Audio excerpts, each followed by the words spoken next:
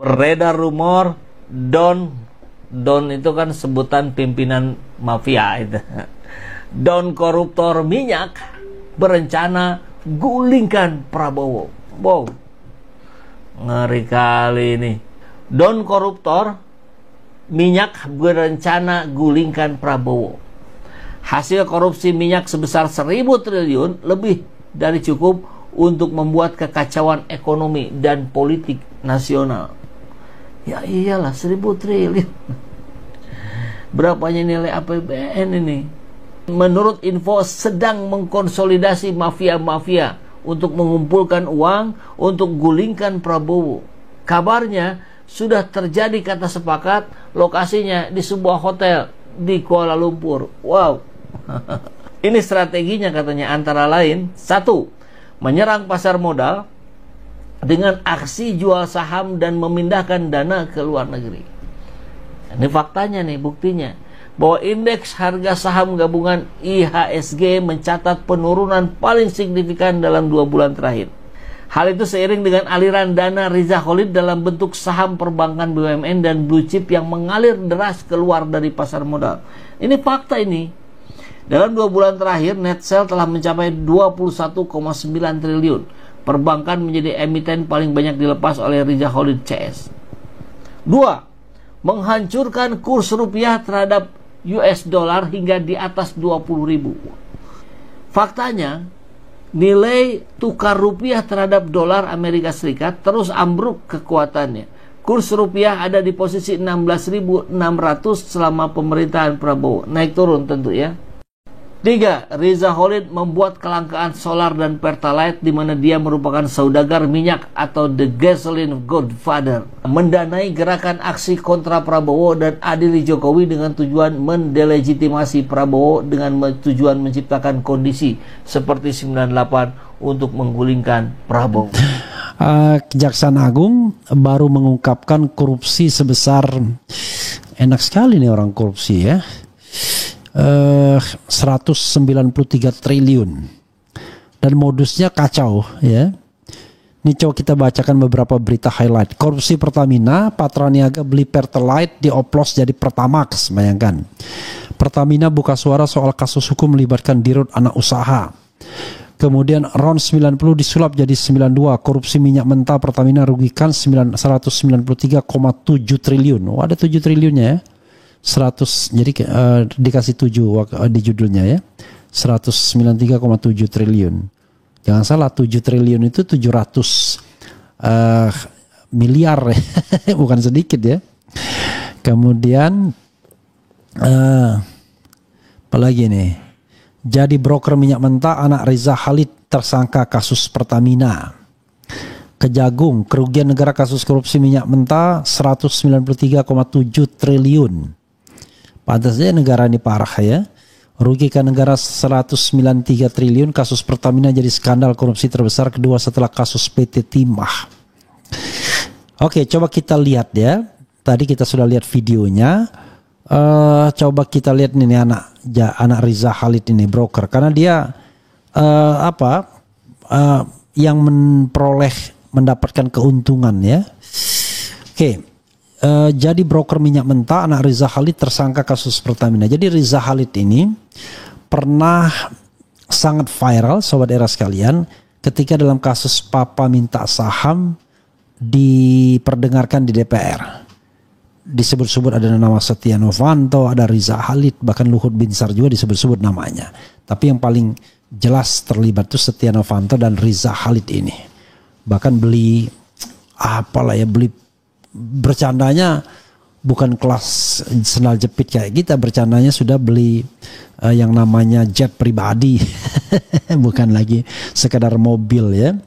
Oke, coba kita bacakan. Like father like son. Gila ya ini anak ini mungkin paling baru berapa tahun sih, bayangkan. Aduh, Allahu Akbar ya. Jakarta, CNN Indonesia. Anak dari saudagar minyak Muhammad Riza Khalid, Muhammad Keri Andrianto Riza MKAR, menjadi salah satu tersangka kasus dugaan korupsi tata kelola minyak mentah dan produk kilang PT Pertamina Persero Subholding dan kontraktor kerjasama KKS tahun 2018-2023. Jadi walaupun saya lawyer, dan memang jarang, hampir tidak pernah bersidang di pengadilan biasa ya. Nggak mau saya membela koruptor ini dibayar berapapun ya. Pernah mau dijadikan ahli, nggak mau juga. Saya hanya mendukung 2 tersangka korupsi itu karena saya yakin beliau orang lurus. Pertama Denny Indrayana ketika dikriminalisasi dalam kasus payment gateway, dan for the time being kalau Denny Indrayana saya yakin lah 99% dia tidak korupsi. Dan Tom Lembong ya, karena payment gateway itu zong sebenarnya ya, nggak jelas itu korupsinya di mana. Kemudian Tom Lembong, nah kalau Tom Lembong kepercayaan saya tentu tidak bisa dikatakan 99%, ya minimal 75% lah saya percaya Tom Lembong ya. Oke. Berdasarkan hasil penyelidikan Kejagung, MKAR ya adalah beneficial owner ya. Jadi adalah pemilik yang mendapatkan keuntungan PT Navigator Katulistiwa dan menjadi broker pemenang tender pengadaan impor minyak mentah. Bersama 2 tersangka lain dari pihak swasta, MKAR diduga menyepakati harga tinggi dengan sebelum tender dilaksanakan. MKAR sudah ditahan tim penyidik Jampitsus Kejaksaan Agung di Rumah Tahanan Negara Rutan Salemba. Berdasarkan alat bukti permulaan yang cukup, tim penyidik menetapkan 7 orang tersangka, yaitu MKAR selaku beneficial owner PT Navigator Katulistiwa, ujar Direktur Penyidikan Kejaksaan Agung Abdul Qohar di kantornya, Jakarta Selatan, Selasa. Sementara ke-6 tersangka lainnya ialah Direktur Utama PT Pertamina Patraniaga Rifa Siahaan, Direktur Utama PT Pertamina International Shipping Yoki Fernandi, Direktur Optimalisasi dan Produk Pertamina Kilang Internasional Sani Dinar Saifuddin. Kapan-kapan saya undang lah ya lawyernya mereka, tapi saya ingin tahu perspektif mereka itu apa ya gitu. Apakah korupsi terjadi atau enggak ya. Oke. Kemudian Vice President Feedstock Management pada PT Kilang Pertamina Internasional Agus Purwono, Komisaris PT Jenggala Maritim dan Direktur Utama PT Orbit Terminal Merak Gading Ramadan, dan Dimas Werhaspati selaku Komisaris PT Navigator Katulistiwa sekaligus Komisaris PT Jenggala Maritim Nusantara. Ini orang tua kasih nama Ramadan ya, Khalid. Khalid itu kan Khalid bin Walid ya. Apa mikir nggak dia anaknya tiba-tiba koruptor gitu ya? Penyidik Jampitsus Kejaksaan Agung menemukan para tersangka telah melakukan permufakatan jahat dalam kegiatan pengadaan impor minyak mentah oleh PT Kilang Pertamina Internasional dan produk kilang oleh PT Pertamina Patraniaga. Pemufakatan tersebut diwujudkan dengan tindakan actus reus, pengaturan proses pengadaan impor minyak mentah dan impor produk kilang sehingga seolah-olah telah dilaksanakan sesuai ketentuan dengan cara pengkondisian pemenangan DMOT / broker yang telah ditentukan dan menyetujui pembelian dengan harga tinggi spot yang tidak memenuhi persyaratan. Nggak habis pikir orang nih, hobi sekali korupsi ya, duit itu segalanya jangan-jangan. Dalam pengadaan produk kilang oleh PT Pertamina Patraniaga, tersangka Rifa Siahaan melakukan pembelian pembayaran untuk RON 92. Padahal sebenarnya hanya membeli RON 90 atau lebih rendah. Kemudian dilakukan blending di storage depot untuk menjadi RON 92 dan hal tersebut tidak diperbolehkan. Pada saat telah dilakukan pengadaan impor minyak mentah dan impor produk kilang, ada markup kontrak shipping pengiriman yang dilakukan oleh YF selaku Direktur Utama PT Pertamina International Shipping, sehingga negara mengeluarkan fee sebesar 13% sampai dengan 15% secara melawan hukum, sehingga tersangka MKAR mendapatkan keuntungan dari transaksi, ungkap Abdul Qohar. Luar biasa ya. Penyidikan kasus ini sudah dimulai sejak tahun lalu, di mana surat perintah penyidikan Sprindik Pertamina dikeluarkan pada 24 Oktober 2024.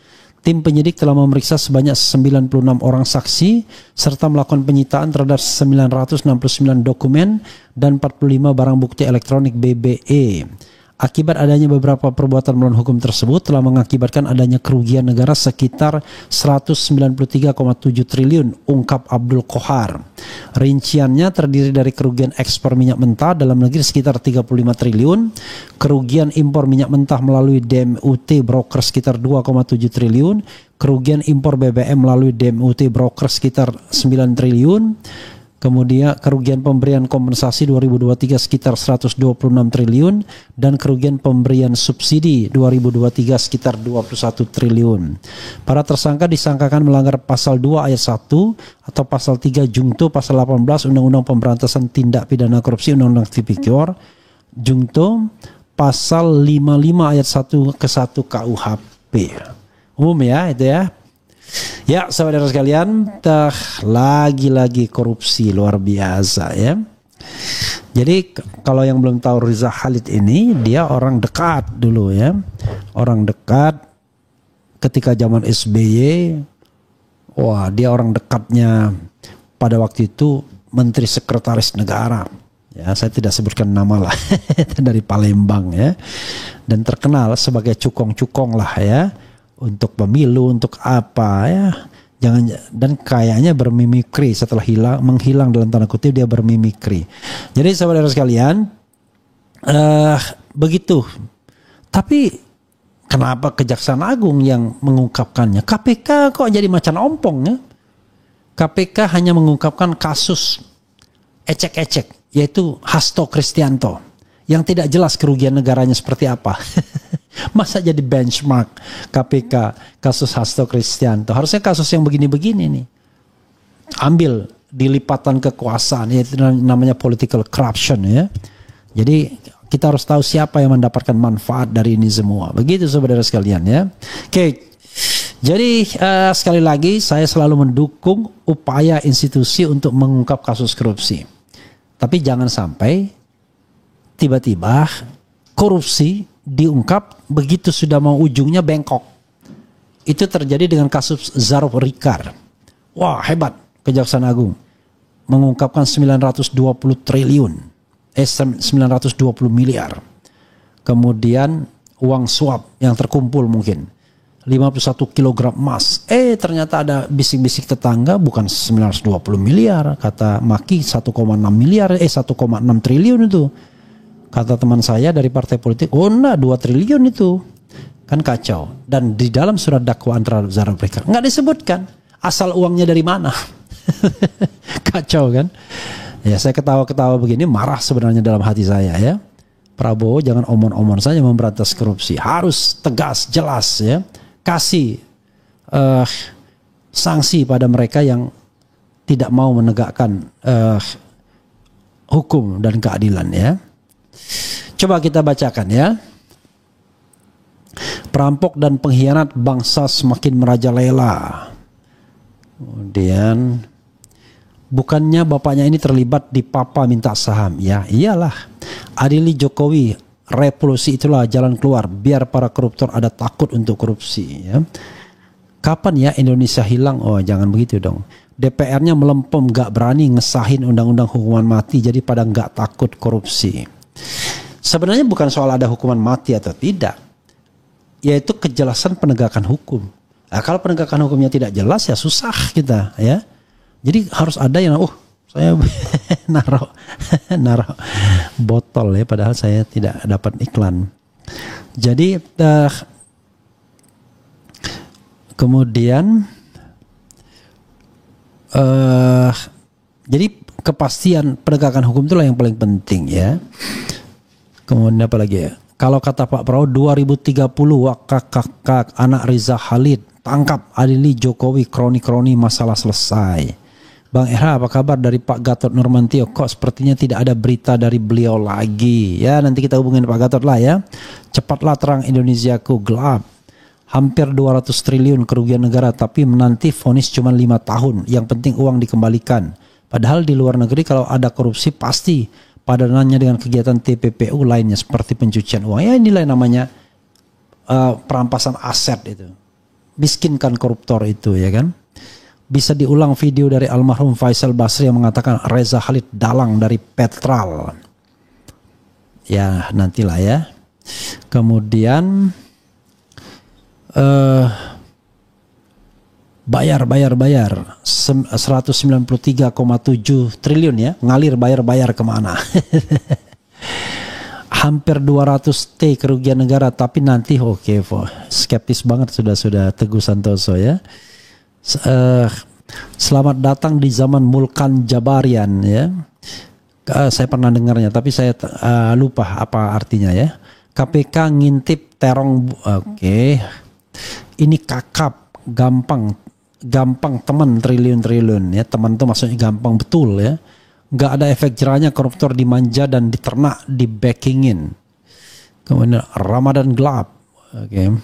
Beli Pertamax tahu-taunya dikasih Pertalite ya. Dan korbannya kita semua tuh loh. Kalau kita bicara tentang misalnya itu beredar di